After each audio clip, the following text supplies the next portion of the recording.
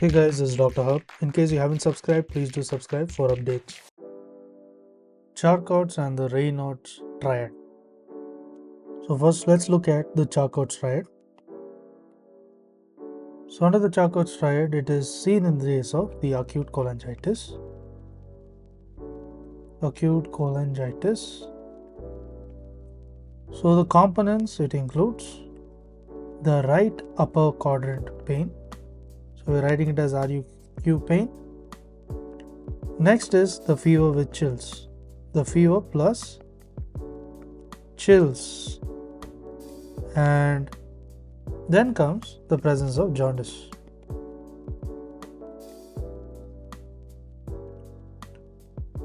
So let's recap what is Charcot's triad.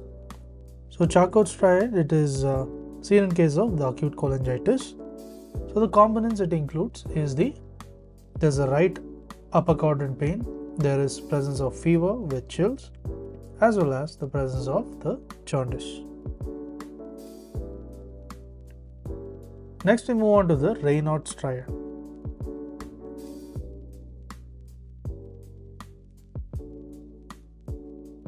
So this Reynolds, it is actually a pentad, so it's known as the Reynolds pentad.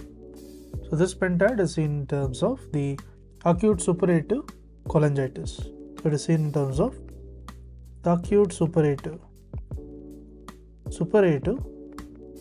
cholangitis. So what does it include? The components are nothing but it is a Charcot's triad along with the altered mental status. That is, we are writing it as AMS, and this is along with the hypotension. So this is done along with the hypotension. So to repeat, the Reynolds is the Reynolds pentad. It is seen in terms of the acute suppurative cholangitis, and it includes the Charcot's triad, the AMS, that is altered mental status, as well as the presence of the hypotension.